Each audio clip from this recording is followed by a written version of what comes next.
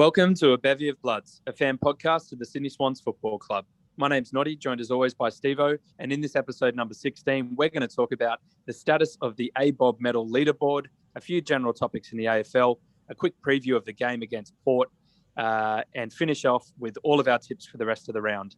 So to all you Cygnets and Swanlings out there, fluff up your tail feathers and settle in for a potentially biased yarn about all things to do with our beloved Bloods.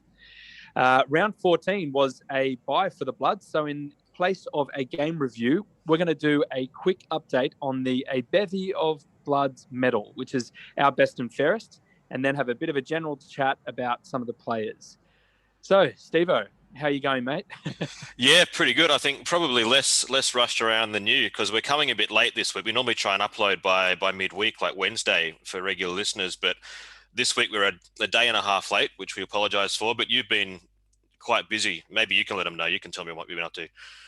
Yes, yeah, I have a legitimate reason, and that is I was fortunate enough to welcome my firstborn son into the world on earlier this week. So I've been at the hospital. I'm currently recording from a little room tucked away in the hospital. So apologies if there's some noise or it cuts out. But yeah, I've got the okay from the missus to duck out and do a quick podcast with Stevo on the Blood. So so I'm obviously over the moon at the moment. And what a perfect time for the bub to arrive in bye round. Yeah, we were talking about this because the due date was last week sometime, I guess, and it was perfectly placed. 15th. Yeah. It was just after the last game, unfortunately, having lost against the Hawks, but it timed the run perfectly. And so couldn't obviously just over the moon that he's arrived safely, and we're looking ahead to the next half of the season. That's fantastic. And is there any names in the pipeline? We're talking about Buddy's kids' names a couple of weeks ago. Have you got which I found out, by the way, is Rocky. So Buddy's kid is Rocky. Buddy's boy is Rocky. But no, I'm going with, I'm saying going with, it's in the pipeline. It hasn't been I haven't got the final approval yet, but I'm thinking Skill Lachlan, and that of course is a combination of Skilton, Lockett, and Franklin. But I haven't got it over the line just yet. But it's certainly in the mix. But yeah, we'll have to wait and see. I'll let you know offline what we end up going with. But I'm holding out hope that it's something to do with the Swans. But if it's not, I'm sure it's going to be a cracker anyway. Did you know, I heard this a while ago, and this reminds me of it. There was a big Arsenal fan, like Arsenal, the football team from the UK, like European football from England. And this guy, he was a massive Arsenal fan, and he convinced his wife to name their first daughter La Nestra, because La Nestra, he said, it's this beautiful name, and I've always wanted to have a girl called La Nestra. And then after it had all gone through, they realized that La Nestra is Arsenal spelled backwards. Well played, sir. I mean, like, obviously somewhat deceitful to his wife. None of that is happening with me and my missus. So, no, it's all good. It's just fun and games. Obviously, had seriously considered all three of those names. But yeah, no, I think we'll probably go with something a little bit more mainstream in that regard. But yeah, no, that's a funny one. La Resna. La Resna. La Resna, yeah. I think La Resna. La Resna. Arsenal backwards. It does have an exotic sound to it, but I guess Arsenal, the football club, is not that exotic. So yeah, funny story there. Yeah. So there'll be no little Swan spelled backwards. Anyway, let's crack on. Let's get this going. Perfect, mate. Let's do just a quick update on the leaderboard for the ABOB medal, which I think you're going to take the lead on here. So I'll pass over to you, mate. Yeah, I've just got the top 10 because I thought it's interesting because we're a bit past halfway in the season, and it's interesting to think about, the types of players that are doing well. And so I'll just read out the top 10. It's the top 11 actually, because the two players in 10th are even on points. But Mills is miles ahead. Like, he's a solid 20 points ahead of the next one, which is Hickey. Then Parker, Kennedy, Heaney, Franklin, Lloyd, Florent, Warner, Papley, Rampy, in that order. So that's 11 players. Yeah, okay. And there's only the thing that jumps out at me first of all with that is that it's like a quite a young team, but 9 out of those 11 are actually already established players, which isn't a surprise, I suppose. But I thought it was something I hadn't thought about. That Florent and Warner are the only two of the younger group that are in that top 11, and neither of them have actually had a vote since round 7. So Yeah, yeah. Well, fair enough with Warner. He's been off for a couple of weeks, and then his last few games before he was rested was, they were a bit slower compared to how he started the season. But I'm guessing Rowie wouldn't be too far out of the top 10, I imagine, with his recent games, or at least climbing. But yeah, Mills, wow, look at that. He's 21 points ahead of Hickey. That's pretty clear, isn't it? Yeah, he's miles ahead and consistent too. I mean, Mills and Hickey both have been consistent. Mills and Hickey have both got votes off us 9 out of 13 weeks. So they both had really strong seasons. Hickey's had a couple of ones where he's been injury affected. Mills has just been, I think, one of the most improved players of the AFL this year with the way that he's come into midfield. And if he was playing for a Victorian club, I think they'd be talking about him a lot more, really, because he's been very good this year. I mean, he streaks ahead in the best and fairest in top 8 team. I mean, it's not easy to do. He should definitely be an All-Australian, just at least be brought up to. I mean, but that's the issue, though, isn't it? They always stock the forward line with midfielders, and they don't tend to do it as much with the back line. But I mean, Mills is, he's already a decorated defender, but he's just like gone to a different level as this, emerging midfield bull, really. So yeah, I hope he gets a look in anyway, but I'm sure he won't. Yeah, I bet he won't too. Yeah, right. Okay, well that's interesting. All right, well it'll be cool to see who steps up in the second half of the season, and if hopefully some of those younger guys can continue on with their form. That would be good to push these older, more senior players in terms. It's really just consistency, isn't it? You can really see the senior players, they deliver every week, don't they? Yeah, and we've noticed that, I think, a bit. Like in these games, like we lost to Hawthorn, and even in the weeks before that, like against Carlton and St Kilda, well, okay, we got the win, but still the team was a bit down. It was these sort of older, more experienced guys that were the ones who were all the best players on the field, I think. Yeah. Yeah. All right, well, nice one. Okay. And of course, just as a reminder, the ABOB medal is something that Stevo and I run. It's just effectively the best and fairest that Stevo and I put together after the end of every round. So this is certainly not official. This is very much a fan podcast type thing, but it keeps us going during the week, or certainly before my firstborn was born. So So, Stevo, if that's enough of that, do we want to have a quick yarn about the list, or should we hold that for a separate episode? I think because we're so close to the end of the week anyway. I mean, by the time this gets out, it'll be Friday. I imagine Friday morning people will be listening to this, or late Thursday night. So maybe we can talk about the list next week or the week after. We were planning to go through and look at all the players that are contracted. Or that aren't contracted, I should say, for next year, and sort of think about where they're at and which ones the Swans might keep and what we might need. But I reckon we could hold that over until next time. Okay. Yeah, I'm happy to do that. No worries. I should also apologize. I don't know if I mentioned this earlier. I'm patching in through an iPhone. So if the quality is not there, and we acknowledge that this is a pretty lo-fi podcast in general, but sorry to the listeners if it's a bit tricky to hear, but yeah, I thought I'd just add that really has nothing to do with the list, but I just thought I'd throw that one in there. All right, well let's push ahead, and we'll come back to that list discussion in the next episode or following episodes. And let's have, so VFL, where are we at with the VFL, Stevo?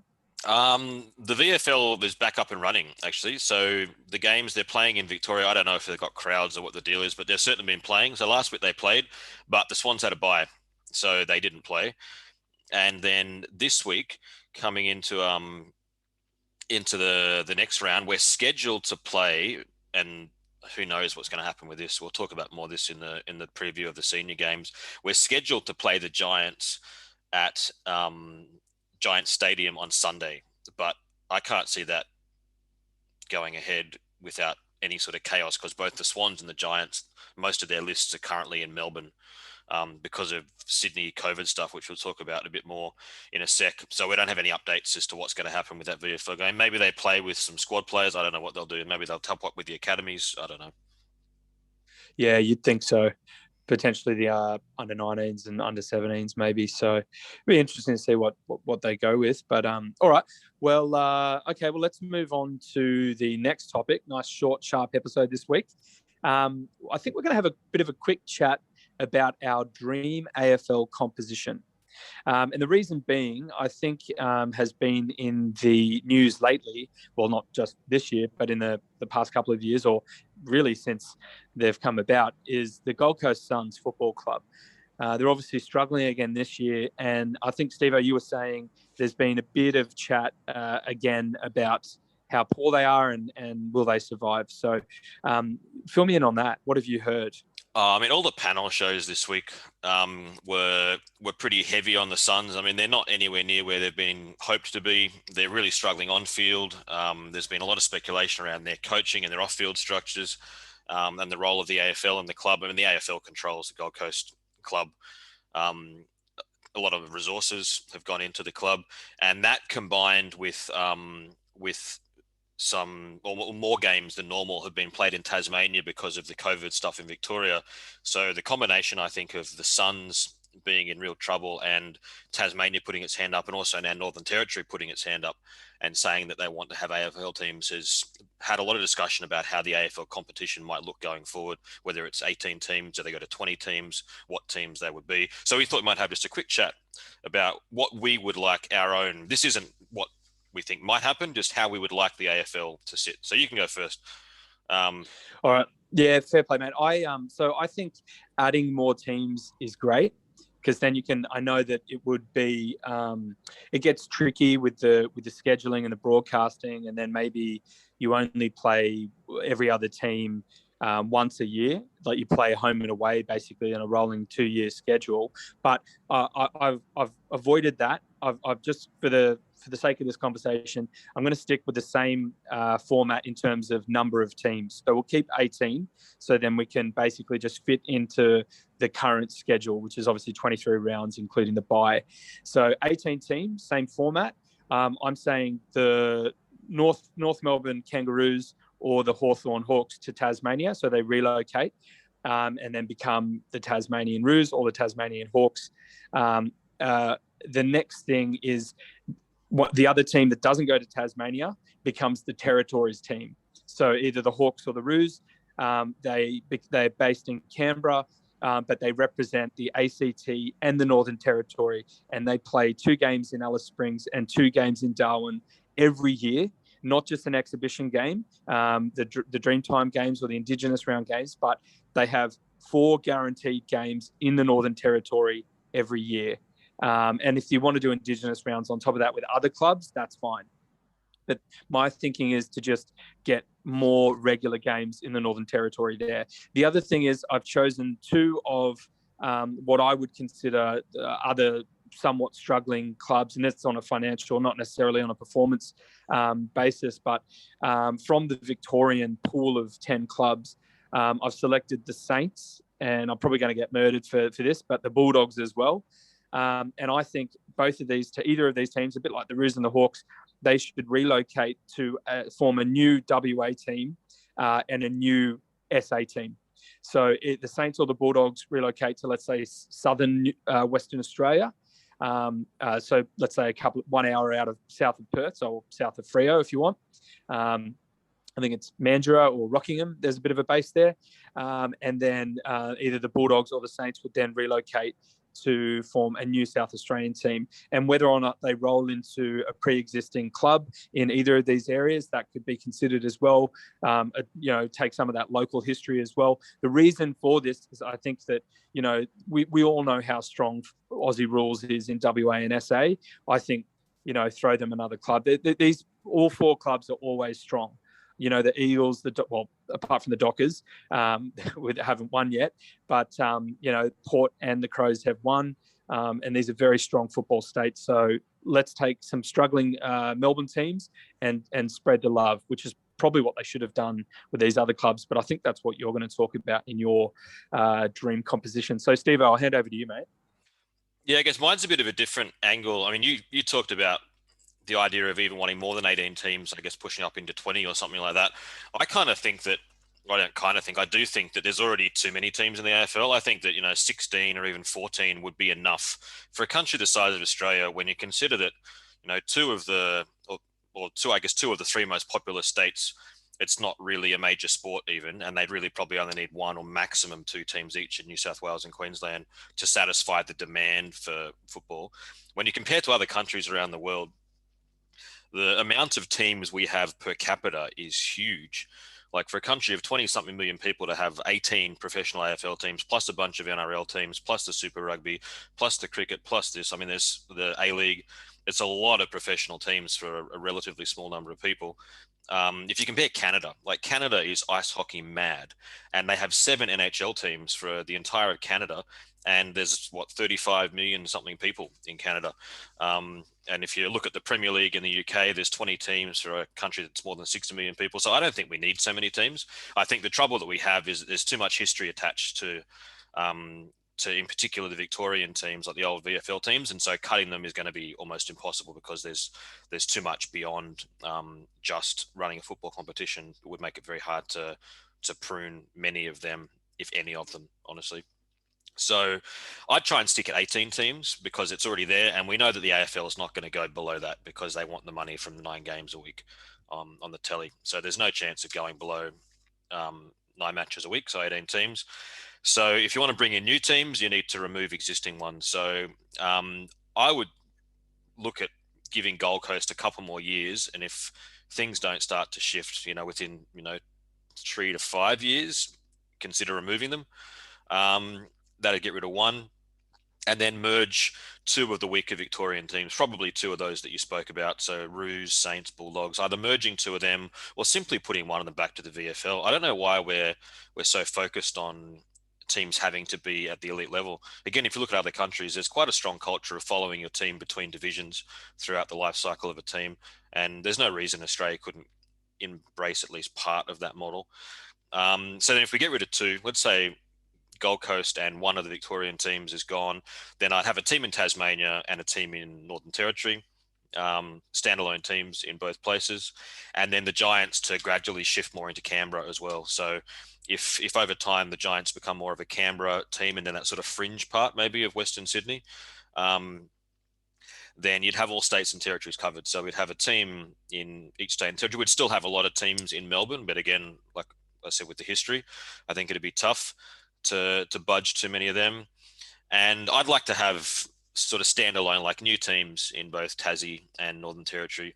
And if we ever expanded further into WA or SA, again, I'd like to kind of do what they did with Port, like get one of the teams from there maybe and build it up rather than transplanting a VFL team. Just because I think that, like a recycled VFL team to Tasmania, like let them have their own side. And same with the Northern Territory. And have a chance to sort of build their own history and stuff. It's worked with Sydney and it's worked with Brisbane to an extent. I wouldn't call Brisbane a merger. It was more of a bit of a takeover, really. It wasn't a relocation. Brisbane was already there and they just sprinkled a couple of Fitzroy players on there and started calling them the Lions, so it wasn't really a merger. Sydney was a relocation. Both of those worked, I think, because they were going into non-traditional football markets. But Tasmania and Northern Territory are very strong footy places. And a lot of people there are going to have their own teams. Like if you saw how many people turned up to watch Essendon play in Tasmania last week against Hawthorn. Like it was a pro Essendon crowd for a Hawthorn game in Tasmania. How many of those mad Essendon or Collingwood or Richmond or whatever fans in Tasmania are going to want to go and support like the Hawthorn relocation or the North Melbourne relocation or whatever? So that's why I'd like to try and give them their own chance to have their own team to represent the whole region. But it's all pipe dreaming, isn't it? Because I think that the AFL will do what the AFL does. And I can't imagine them giving up on Gold Coast after they've thrown so much cash at the place for so long. And I can't imagine them chopping many of the Victorian teams either. So I don't know. Where does that leave us? I'm not sure. Well, I mean, look, we talk. The reason we've done this is because we talk about this quite regularly, and like my views have shifted, and I think yours have. You've put it together quite nicely there. And look, I think you would always say just get rid of the last 2 in are the first 2 out. So get rid of Gold Coast and GWS, and they should have started over. But yeah, I like the idea of giving Taz and NT their own teams. I actually really do. I just struggle with. I just don't know if they're going to do that. But I actually agree with you. I think that would be way better for the reason you outlined. I hadn't really thought of it like that. But that's, yeah. So what would you call the Tassie team and the Northern Territory team, mate? The Tassie team, I mean, you can just pick. It's either the Tigers or the Devils. I guess that's what they're all called. You're not gonna Yeah, yeah, probably not yeah. gonna go beyond that because they're such established nicknames for the Tassie teams. Or But you probably wouldn't go Tigers because the punt oh road yeah, there's a team called the Tigers. So obviously we're not going to call them the team. Tigers. There's a little team called Yeah. Richmond Dynasty Tigers that are doing pretty well out Um, there. So I reckon, uh, yeah, probably Devils, mate. or even Devils. the Islanders, like the Tassie Islanders or something, maybe could work because there's the Islanders in the NHL, and that's always been quite a cool sounding name to me. So maybe something like that. The Tassie Apples or something. Yeah, and then I I don't don't know. know, That's a like bit of a like maybe the Northern Territory team. I quite liked the NT Thunder when the Northern Territory Thunder was playing in the East Coast League a couple of years ago. I quite yeah. That liked was cool. that as a name Yeah. because it sort of brings that, especially because if they're going to be based up in Darwin, which is where you imagine they would base them and probably play a couple of games in Alice Springs a year, but mostly in Darwin. They get storms and stuff, so it kind of makes me think of the tropical thunderstorm coming. And I quite like the name of the NT Thunder. NTT. I was for my territories team. I thought you could call them the Terriers, but obviously if you're in my concept, you're throwing the Hawks or the Roos over there, so you'd probably have to keep their mascot. But I loved the sound of the Territory Terriers, and so you'd have a grudge match against the Bulldogs. And are there any other dogs in there in the league? I don't think so. We have a team called the Corgis. A good mate of mine. I'll say hi to Nadia actually. Corgis. Yeah, I don't Corgis, think you're joking, aren't you? I don't think she listens, but I'm going to say hello anyway. She's from a very strong corgi family. They even have corgi races, mate. Check it out on YouTube. It's unbelievable. We could have the Canberra corgis. The Canberra corgis would be wonderful, and it's a reference to the Queen. Very regal. Yeah, exactly. Yeah. Exactly. Queen Elizabeth had corgis for many years, so the Queen approves of this football club. Yeah, right. Canberra right, corgis. What are we talking about? Yeah, look. Let's wrap it up. All right. So obviously we have different views, and they're always forming. We love the Swans and the fact that they're in Sydney and we've done well, and obviously winning helps everything, and so I think that's why GWS don't come up because they came very close to winning the flag. So the Gold Coast Suns have a list that is just full of talent. And so, yeah, they are under the clock to get it right, like very quickly, like GWS has or has in the past, but then also lost a lot of players as they do it. But yeah, look, it's going to be interesting. I just don't think that, and this is one of the things that you and I have always fought about, is it's hard to take away once you've fought to get things there in terms of a budget. So if they've grown to 18, I think they would be extremely reluctant to shrink. Oh, they won't. Yeah, I agree totally that they won't. Yeah. So look, keep 18, or if you're going to go to 20, I think, having heard your logic, I actually back your structure over mine, mate, to be honest. So, yeah, no, nice chat. It'd be interesting to see, maybe we can have a few, get something going on Facebook or Instagram and see what some of the listeners think.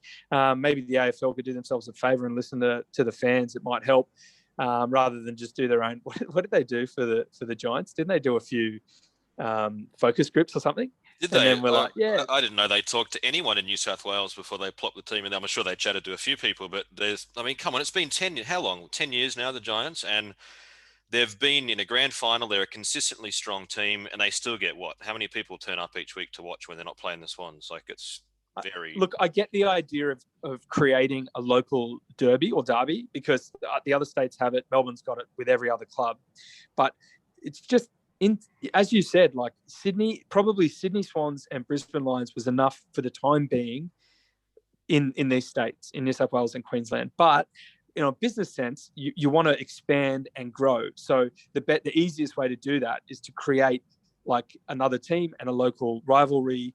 And then I think that was their logic, but it just hasn't worked.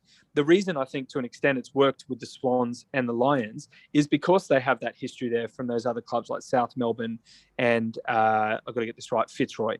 So not Footscray, they're the bastards that beat us in 2016, aren't they? So look, it's a very interesting topic. I love the idea that there'd be an extra game a week. I actually love that. Even though 9 games a week is a stretch to watch, but I just love the more the merrier in my eyes. So I don't know. We'll have to wait and see. But Yeah. All right. Well, maybe. Yeah. All right. Let's. I'll try and put something on Facebook and see if the listeners can throw us their thoughts on the topic, because it is a very interesting topic, and we'd be keen to hear what the people out there think. But all right. So I think that's probably enough on that topic. Would you say, Stevo? Yeah, I don't have anything else for that for now. I mean, we could talk about it all day, but let's not, because otherwise we will talk about it all day. Fair play, mate. All right, let's move on. So, as mentioned last week, we're only going to be looking at the Swans' next game in the round ahead preview. We won't be looking at any other non-Swans games, which we had been doing up until now. So, with that in mind, Game 6 of round 15 is an away game for the still sixth-place Bloods, taking place this Saturday, the 26th of June, at the Adelaide Oval in Adelaide, South Australia, against the fifth-placed Port Adelaide Power, with first bounce from 4:05 p.m. local time or 4:35 p.m. Australian Eastern Standard Time. So, Stevo, I think you've been following this one pretty closely. So, do you want to give us a bit of a background to this? Because I think there was a couple of changes, COVID related. Yeah. Yeah, it's been a bit chaotic this week, actually. I just noticed, actually, when you read that out, this is 5th versus 6th. It doesn't feel like it, does it? It feels like it's like 2nd versus 12th or something. Yeah. This match, but it's 5th versus 6th. I'm guessing you're calling the Swans 12th there? Yeah. But yeah. I'm also not calling Port 2nd. Let's say 5th versus 12th. Anyway, it's been hectic this week, because normally we record on a Tuesday or a Wednesday, so we have the episode ready for everyone to hear on the Wednesday. But because of your son's arrival, it's all been a bit all over the place, and so every day I've been trying to catch up on where the Swans are, because they have been flying all over the place. They got a call, the Swans players and the Giants players, mind you, not just the Swans, so all of the New South Wales-based AFL teams. On Tuesday around 4:45 in the afternoon, Phil Davis was interviewed about this, and they were all on the same flight, I think, with the Giants fellas. And they were told around 4 p.m. to pack a bag, that you're going to be gone for a while, not really sure how long, and they were all on an 8 p.m. flight out of Sydney. So within 4 hours, they got the call, packed their stuff, got to the airport, and they were off, with the hope of avoiding any implications from a possible lockdown in Sydney, because there's been a spike in Sydney around Bondi area, I think, which is very close to where the Swans home base in particular is, and where a lot of them live. So I think they just need to get out of there, because it might have escalated. And it seems to be fairly moderate at the moment, which is good. But it was better safe than sorry for the Swans to get out. So what that means is that the Swans are now in Melbourne, as are the Giants. The Swans will fly to Adelaide to play Port on Saturday morning. Then when they arrive, they've got to have COVID tests as soon as they get there, and they can't play until they get the test, and then they've got to fly back out the same day. So that's why the game's been brought forward by 3 hours or so. So that's why it's at 4 o'clock in the 4:30 Eastern Standard Time in the afternoon, rather than a 7:30 night game. So that's the plan at the moment. They'll fly to Adelaide, get the tests, play the game, fly home, which is just like very similar to what Collingwood did and Geelong did a couple of weeks ago to play their games in Adelaide against the Crows and against Port. And both of them got a win too, despite having to go through that quite strenuous match day situation. So that's with the Port game. The Swans, from what we understand, we're not sure who's been taken on the trip. Can't find anything that says exactly which players have gone, but about 30 Swans or so have travelled down to Melbourne, where they'll be based, and the players can train, but otherwise they're restricted to the hotel, because they've got to meet the South Australian government requirements to get in and play against the Port Power. And because they're not sure when this is going to finish in Sydney, when it's going to have a resolution, it's likely that the round 16 game against the West Coast Eagles, which was scheduled to be at the SCG, is going to be relocated to Melbourne and played there. So West Coast will fly in and the Swans will stay. And then hopefully by then there'll be some better news with the health situation, the public health situation, and things can resume as they were. But that's the current state of play with all of that. Okay, so thank you for following that. I must admit, we've been in the hospital a couple of days in a row now, so I'm completely oblivious to the outside world. So, wowzers, it sounds like apocalypse now out there. Oh man, I tell you what, because every day, because I watch AFL 360, I quite like it, especially Robbo. I'm a massive Robbo fan. If anyone watches AFL 360 on the Fox channels and stuff, and every day at the beginning, Monday, Tuesday, Wednesday, they update the COVID situation, and it's always a new list of who's playing where and who's flown where and what's going on. And 3 days in a row, I've been chopping and changing my notes, and I think I've got it all right, but apologies if it's wrong. Oh, mate, I'm impressed. Also, I think I did read in a spare moment this week that even if we play the Eagles at the MCG, that's not too bad because we've played them there before and we've had a little bit of success. Obviously, 2005, 2006 grand finals, and have we played them there other than those 2 years? I can't imagine why we would have. No, I mean there was those two grand finals. We wouldn't have if we met them in earlier finals games. It would have either been more than likely in in Perth or Sydney. So, look, it's good to have that on the board. It's obviously an era, more than 10 years ago with different. Well, Dean Cox is still around, I guess. 15 years ago. You're getting old, mate. 15, is it? Oh, goodness. Wow. Leo Barry, youth star. That's right. And it was guess who? It was old mate Dean Cox who kicked the ball for Barry to take that mark too. So he's on our side now. So I reckon we'll be sweet. Maybe we got to him early. It was like an inception type moment where years later we planted the seed to kick the ball straight to Leo Barry. No, come on, we're being harsh here. We love Coxie and we love Leo Barry, obviously, but okay, mate. So I'm going to come back to. I've got a question without notice, but I'll pick it up in the next section. So we are going to. We normally obviously talk about who we think might come in ahead of the game based on injury and form. So we'll quickly do that, and then I'll add the question that I was going to ask. So who? Well, actually, by now we know who. I mean, the teams have been announced, and we actually know who's in and who's out, don't we? So what are we looking at here, Stevo? I mean, Wicks we knew was going to be out. Wicks was suspended prior to the bye for that high hit. He's out for a week. So Wicks is gone. And Goulden has come in, I guess, as a more or less direct swap. So Errol Goulden, great to see him back off his injury. Didn't waste any time getting back into the seniors. He's gonna strap straight in and hopefully have a really good game. And then Logan McDonald has been dropped, and Caden Brand is going to come in, as you said, I guess, for a bit of height. Yeah, I guess just to bolster, like he did when he came in against the Blues, I think it was, wasn't it? Was it that game when he came in? Harry I think so. Yeah, because they've got he came in that game. A few big guys forward, don't they? They got their rucks play forward a bit. Yeah, I think it was Blues. That's right. Yeah, and look, if we had recorded this a couple of days ago, I probably would have pushed again for Dylan Stephens to have another crack, even though he's not really like for Wicks. He's not a pressure forward. But look, yeah, I'm stoked that Goulden's back in. Obviously, he's one of my favourite players. I think he's a lot of people's favourite players. And I hope he gets a good run. My question to you was, if we know the 22 against Port now, and we actually should know the emergencies, I think was, off the top of my head, now I'm testing myself, Ronk, Sinclair, McDonald, did he make emergencies? And maybe Stephens. So if that's 26, and I could be wrong, who are the other 4 players they've taken? Okay. So who makes that 30 squad that has gone? I mean, I said 30-ish. They didn't say, because Tom Harley was interviewed the other day and I saw him talking. He said around 30. He didn't give an exact number. So I guess if that's 26, I would imagine that Bell probably went, Taylor probably went. Who else has been sometimes named in that sub? Ryan Clark.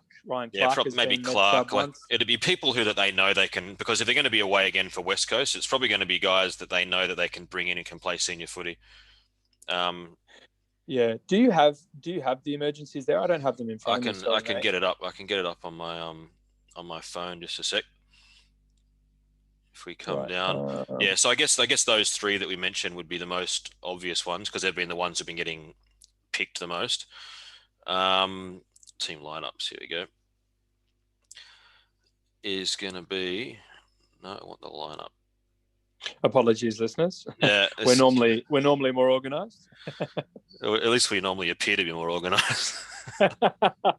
Yeah, exactly. That's all that really matters. Okay, the emergencies is O'Riordan, Blakey, Sinclair, and Ronk. So I guess chuck onto that probably Taylor, Stephens, Clark. It's probably Bell. Probably that lot. I guess Bell. So probably all of them would maybe have gone. I don't know, maybe Gray even because he's a guy who can play senior footy. Yeah, definitely. and obviously players like Reed, Melican, and I guess we could put Braden Campbell in there, we think may not have gone owing to still recovering from injuries, you'd say? Yeah, they're all still in, and Warner too. Longmire said this week in his press conference that that Warner and Campbell, they were going to take a bit longer with them. They want to be cautious with them. And then he also said that Reed and Melican were still a little bit off. Okay, all right, that makes sense. Yeah, nice. All right, well, okay, so for Port Adelaide, I think that their 250th gamer in Robbie Gray very unfortunately did his knee last week, I think, in his 250th, and has to undergo knee surgery if that information is still accurate. Butters and Dersma are still out and their guns. I did read that Hartlett and potentially... Well, why are we doing this? So their teams are out as well. All right, sorry, mate. Let's have a look. Oh, God, my brain. Dylan Williams. So that's right, debutant. So I think his second year. He's a bit of I wouldn't say key forward. He's the third tall, about under 190 centimetres, I think. And Todd Marshall, the other key position forward, has come in for Lockie Jones. Peter Laddens. Oh, no, I'm going to have to readjust some of my fantasy teams. And as mentioned, Robbie Gray there. Yeah. All right, mate. So which Swanee do you see flying high and why? I want to see Florent have a really big game. Looking at those tallies from our best and fairest thing, I noticed that he had a really good first half of the year, and he's been solid since. But I'd like him to really get heavily involved and be one of our better players. And he's the sort of guy I think that that can really be quite good on the Adelaide Oval. He can zip around and get some outside ball and hopefully have a good impact for us.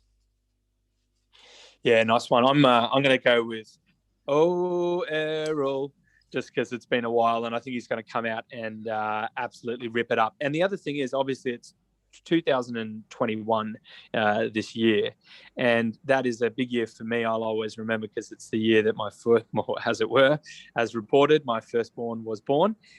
So he will always have 21 at the end of his birth date, and of course that will be Errol Goulden for hopefully the next 10 or 15 years. So he is certainly a player special to my family in that regard. So I hope he comes back in, and I hope he has a ripper. I'm not going to put any pressure on him, not going to call for 4 goals and 20 disposals. I just want him to get in and have a crack, which I think he will. So that's who I've got. We mentioned a few players from Port earlier. Who are your danger players, mate? For me, it's Alir, because he knows the Swans system. He knows the Swans players, and he's a very, very smart player the way he positions himself. And if we send too much sloppy, messy ball into the forward line, he's just going to pick it apart and have a fantastic game. So we've got to be really, really conscious, not only of his positioning, and to try and, it's very hard to draw a player as good and smart as him away from the ball, because he's going to position himself. But to at least be wary of him in the contest, so that our players can make sure that our marking players have got a better run at it. And so Alir isn't just picking it off. And a lot of that comes on the midfield. They've got to put it in the right spots. So yeah, Alir could easily tear us up if we don't do some work on him. Yeah, definitely. Bit of a ginger affair. I guess the first time that we've played Port, and obviously losing him, but gaining Hickey, so there's mixed emotions. So yeah, he's definitely, I think, a player to look out for. I also think that Ollie Wines is having just a stellar year. He's really living up to his potential.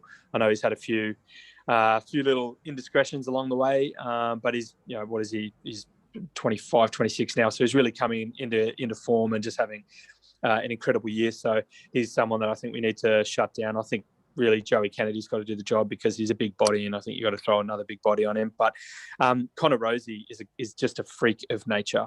And I think was it the other week, he kicked 4 goals in the first quarter or something, ended up with 5-1 for the game. He is an absolute, just a gun. So as someone we really got to be wary of. And I'd say that probably Cunningham, Hewitt, or Fox, I imagine, who's still in there, will probably get the job if he plays in that half forward or forward pocket role as he has been lately. Another player I think who might not get as much attention or respect that I think he deserves is Carl Amon. I just think he's a very classy player. He's got a beautiful left foot. He roams that wing like he can just run all day, and he can actually, get up and kick a goal for them as well. So he's someone I think we really need to be wary of, and probably have a runner like I'm assuming McInerney is there in the game. Let's have a look at the lineups. God goodness, sorry, listeners. Yep, Jazzy's there. Yep. So I'd say him or Ollie Florent, as you've mentioned, should or really need to stick with him on the wings, because otherwise I think he's going to rip it up. But okay. So let's have a quick look at how we get the win this week. What do we do? What are our winning formula requirements, Stevo? I just think go after them. I mean, they're vulnerable. They've had a lot of pressure on them for not being able to beat good teams, including on their own home field. And if we can go after them, because for about the last month against like Hawthorn and St Kilda and Collingwood and bloody Carlton, these teams, they've really come at us and made it tough for us, and we've been the one getting hunted. So I reckon the Swans can flip it this week and really enjoy being the hunter after all that time being hunted, and really go after Port and, pressure them out of it, make them not play their style of footy, and get back to how we were playing against those stronger teams earlier in the year, like the Brisbanes and the Richmonds and stuff. And from the beginning too, like none of this giving up a 4-goal lead and trying to chip your way back into it nonsense. Really get a crack. Yeah, right. That's I like that, and I think you could add to that. In doing so, try and mitigate the crowd, because we know it's probably one of the most hostile crowds, also let's call them passionate, full of fervour crowds in the AFL. So, obviously doing that and getting ahead, and then not allowing them to play a part in the game as they can do from time to time, especially with those deliberate calls, is something that we need to be wary of. The other thing it's just come to mind, obviously Scott Lysette is the key ruck, obviously with Peter Laddams out, and I know that he was the premiership ruck for West Coast Eagles in 2018. Was Tom Hickey at the Eagles in 2018, or was he still with the Saints? Who knows? It's a bit of a question without notice. He's been everywhere, hasn't he? I mean, who can keep track of where Tom Hickey's been playing footy for the last 10 years? So without knowing exactly the years off the top of my head, when Hickey... let's have a quick... Sorry, listeners. We're doing this again. Hickey, when was he at the Eagles? I've got Hickey. Google working on it right now.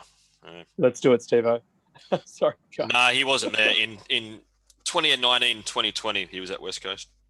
Okay, so all right. So I was going to say, if he had a chance to play with him and sort of know how he plays, that might have given him, well, I guess it goes both ways, some kind of advantage. But I didn't get the figures. I didn't do the homework, so it's not a worthwhile comment. So apologies for that little tangent. All right.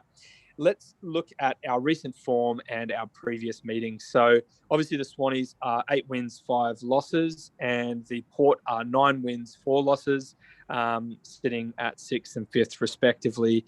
Our last 5 have been a bye, a loss, win, win, loss. Theirs have been win, loss, bye, win, win. When we look at the past encounters, it hasn't been a pretty picture. I've looked at the past 5, but I'll just highlight the past 4. So 2020, 19, 18, and 17. The most 2 recent have been at Adelaide Oval, and the 2 before that have been at the SCG. The Swans have lost, on average, to Port by 31 points over the past 4 games, 2 of which have been at Adelaide Oval, 2 of which have been at the SCG. So I think it's fair to say Port have had our measure in recent times. So I think it's going to be a very, very hard game. With that in mind, Stevo, who are you tipping? I think Port's going to win. I'm just not confident enough after the last month of footy and really our last 2.5 months of footy to tip the Swans. Yeah, I'm the same. Exactly. I'm tipping Port as well. But I'm hoping that they prove us wrong, as always. I don't mind losing the tip so long as the Swannies win.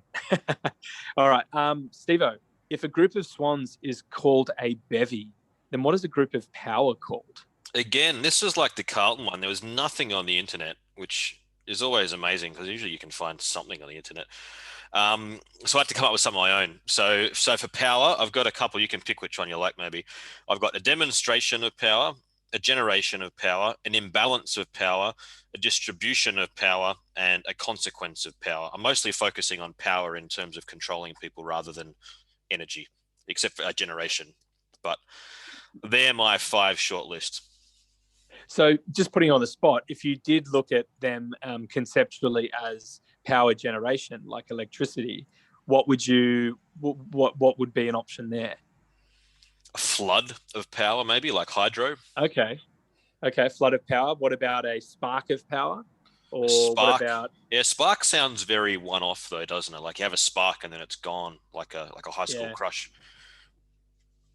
Yeah, yeah. Well, we're getting we could go down memory lane there, Steve, but we probably won't bore the listeners with that one. But so okay, spark. What about a current of power? Yeah, current of power. That's good. And that's all in with their whole "we are Port, we are now" thing, isn't it? It's, Yeah, but I'll go with, because you've done the work and you've done most of the work in this episode. Thank you. My family thanks you.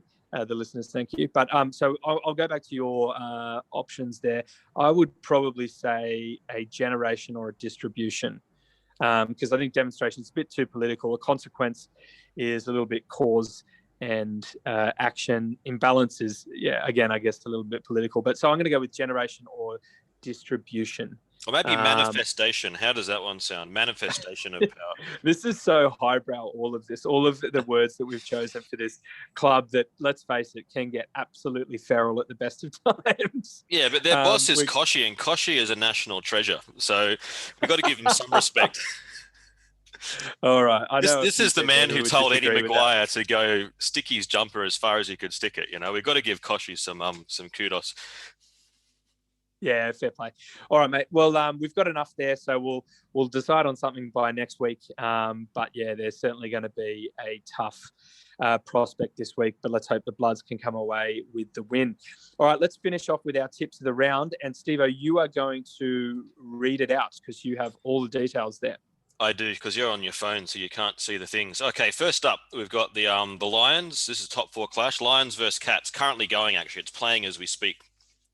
All right, so who did you pick before we saw the updated score? I'd picked the Cats before we saw the scores. Okay, I had also picked the Lions. So we can either choose to keep the points, like not keep the points if you want, just because we're late, or we can just go with the tips that we got. What do you want to go with? No, I'm fine with going what I put in. Cats are getting thrashed, by the way. They're getting done by 6 goals midway through the third. Oh my God, really? Yeah. Okay. Yeah, cool. So that's you've got one on me for the week, because the Cats aren't coming back from this, I don't think. Wowzers. Okay. I didn't see that. I never would have tipped the Lions. I was going to tip the Cats all week. I've been pretty bullish on them, actually, and they've proved me wrong. So the next game up is oh no, and you know what? Because I've got a Finnish phone, this has got the times in Finnish time. It automatically changes. So at 12:50 p.m. tomorrow, Finnish time, Richmond's going to play Saints. That's going to be Friday night. Richmond versus St Kilda, 8th versus 13th. Who have you got? I've got the Tigers, mate. Yeah, me too. And then the next day, it's the afternoon game. So 1:45 on Saturday afternoon. We've got North Melbourne versus Gold Coast. Wait. Is 1:45 finish time or? Oh no, I'm converting in my head. I'm just plussing 7 to everything. Wow, I'm impressed. Okay, thanks, mate. Just checking. I've got some good math skills, mate. I can add 7 to a number. Anyway, North Melbourne 18th versus the Suns 16th, and that's down in Tasmania again, by the look of it. BA is the stadium. So I'm tipping, Hobart. Yeah, Hobart. So I'm tipping North for that one. Yeah, me too, mate. Ruse. Yeah, cool. And then next one, also Saturday afternoon game, 1:15. We got Collingwood coming in 15th versus the Dockers 11th at Marvel Stadium. Interesting, not at the MCG. I'm going the Pies after their big win against the D's for Bucks last, but who knows with those guys? How about you? I've said Pies, but I'm actually going to. Sorry, I've said Dockers. I'm going to change it to the Pies. I don't know why I tipped the Dockers. I don't think the Dockers are going to beat Collingwood in Melbourne. Yeah, I think Fife is potentially out with that dislocated shoulder. I haven't read the update if he was announced, but I know he was a bit touch and go during the week. So if he's out, he's massive out. So. But plus they're not playing that well either. So yeah, that's why I went the Pies. No, I think I must have thought that was in Perth, and that's why I thought, no way, I'm tipping Collingwood as well. Then the next game, also a Saturday game, Saturday night, we've got Essendon at the MCG taking on Melbourne, top place Melbourne. Essendon 10th and looking pretty good. Demons for me, mate. Yeah, me too. I think they're looking good, the Bombers, but not good enough to beat Melbourne at the Yeah. MCG. And then It was an exciting game against the Hawks down in Tassie, wasn't it? That crowd was well into it. It's fantastic. It's quite an exciting game the way they came back, but we obviously don't want to give too many compliments to either Hawthorn or Essendon, just for obvious reasons. But yeah, especially after you said you wanted to relocate one of them to Tasmania. I'd relocate them to the VFL.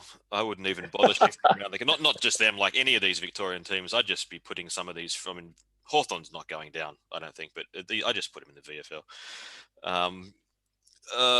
Giants versus Hawks is the next one. 9th versus 17th. MCG. It's a Giants relocated game, I guess. They were supposed to play in Sydney this week, but they can't. They've had to move. So that's going to be Sunday afternoon, 1:10 on a Sunday. Giants versus Hawks. I'd still go Giants with this, even in Melbourne, I think. Yeah, me too. I reckon Giants are looking pretty good. They've just got a really, really tough fixture to get home, to get in the 8. Yeah. But they're looking solid. Did Toby Green get a week off for that hit on, who was it? I think it was Nick Newman, wasn't it? I thought he got a fine. Did he get fined for it? I can't remember. He got a fine. Okay, yeah, I haven't seen, but yeah. More than that, how good was that 60-meter spiral? Oh my God, that guy's just a freak, isn't he? Yeah, they tracked it actually on one of the panel shows this week. They did like a measurement. It was, I think, 67 meters or something. It flew, something like that. Oh, because it actually cleared the goals quite easily, didn't it? Yeah, massive kick. Yeah, wow. All right, yep. And all the old school commentators were loving it. They were so excited because I think their entire life revolves around hoping for a torpedo once a week, and they got one from Toby this week. Well, you take the small wins when you get them. Yeah, that's it. Because the other problem with the torpedo is if you don't get it perfect, it can be a mess. So you really only want to do it after the siren, because otherwise you might be giving the ball back to the other team. You remember when Tommy McCartan went for the Hail Mary when we could have won against earlier this? I think it was against the Giants, wasn't it? Funnily enough, yeah. And he got tripped and then had that kick from about 50. I guess would have been 55. I think he would have benefited from having a quick word to Toby Green. But yeah, look, it's a very difficult thing to pull off, isn't it? Yeah, it's not an easy kick at all. It's a tough one to nail, and the margin of error is low. It can easily skew off to the side or whatever. Okay, we've got 2 more games. So Eagles versus the Dogs. That's over in Perth. 7th versus 2nd. Who do you reckon? Yeah, I'm going Eagles, mate. I just think that they've got 4. I was reading they've got 4 key players back. I think it was Shepherd, McGovern, Shuey, and Tim Kelly, and they are huge ins. And I just think at home with the local crowd, even though the Bulldogs are looking good, I don't know what's happening with Norton. I think I don't know how he pulled up with his ribs, but yeah, I just think it should be a cracking game. But I'm going to pick the Eagles. Interesting. I think I've put the Bulldogs, and I'm going to stick to the Bulldogs. I reckon they're going to get it. But it'll be a good game, and I reckon that it'll be good for the finals if the Eagles are up and about. I mean, it'd be good for the Swans if the Bulldogs win, right? Yeah, for sure. Yeah, it's got to that time of the year, hey, where you just want results to go a certain way based on where the Swans get affected. You're doing weird things like cheering for Collingwood to beat bloody Brisbane or teams you'd otherwise like. You feel dirty, but you do what you need to do to get into the 8, don't you? That's right, absolutely. And the last game of the round on Sunday, I guess afternoon again, is Carlton 14th versus the Crows 12th, and that one is at Marvel as well in Melbourne. Marvel, okay. That man, I'm just so uninspired about that game. The Blues, I think they need to win. They're just in turmoil. Haven't they announced a mid-season review already? Yeah, unbelievable. Like they've still got half the season to go, and they're bored, or someone's like, "Yeah, we're reviewing the entire football department." Like, what does the coach and the other staff think about that? How would you feel going to work every day? It's already like flying. It's like when you announce we're doing a review mid-season, is there not a bigger like raising the white flag we give up?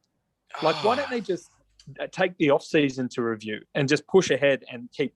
They're not going to. I mean, they may get worse than 14th, but if they actually pull their finger out and have a crack, they could win a couple. But I don't know. The Victorian teams seem to do that, don't they? Yeah, I feel bad for the coach, the players, the whole football club, really. I mean, and the fans surely you'd at least wait till the end of the year. I don't know. I was a bit surprised that they would do that. And then the bloody coach has got to be there for 2.5 months, still trying to get the players motivated when they know that the club's looking over his shoulder. So, yeah, tough times. I'm just looking at the tips, actually. We've got two different. You're going to get this one. Lions, Cats you're going to get. We're currently dead even. We've been going backwards and forwards. It's never gotten out to about more than a 3 or 4 point lead all year, and we're currently spot even. And based on the Lions, Cats one, you're up by 1. And then if the Dogs beat the Eagles, we're back even again. Yeah, right. Okay. Yeah, so it's tight in the tipping. And that's it. I think that's all the tips. Yeah, last game's done. Yep. Yeah, nice one. All right.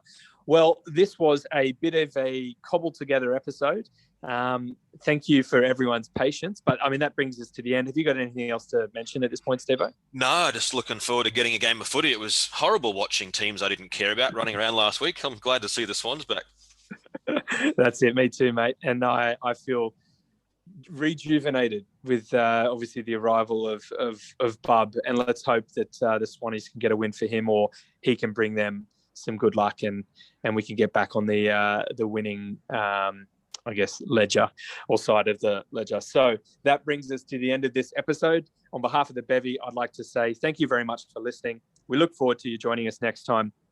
Make sure to follow us on Instagram and Facebook at A Bevy of Bloods for updates and announcements.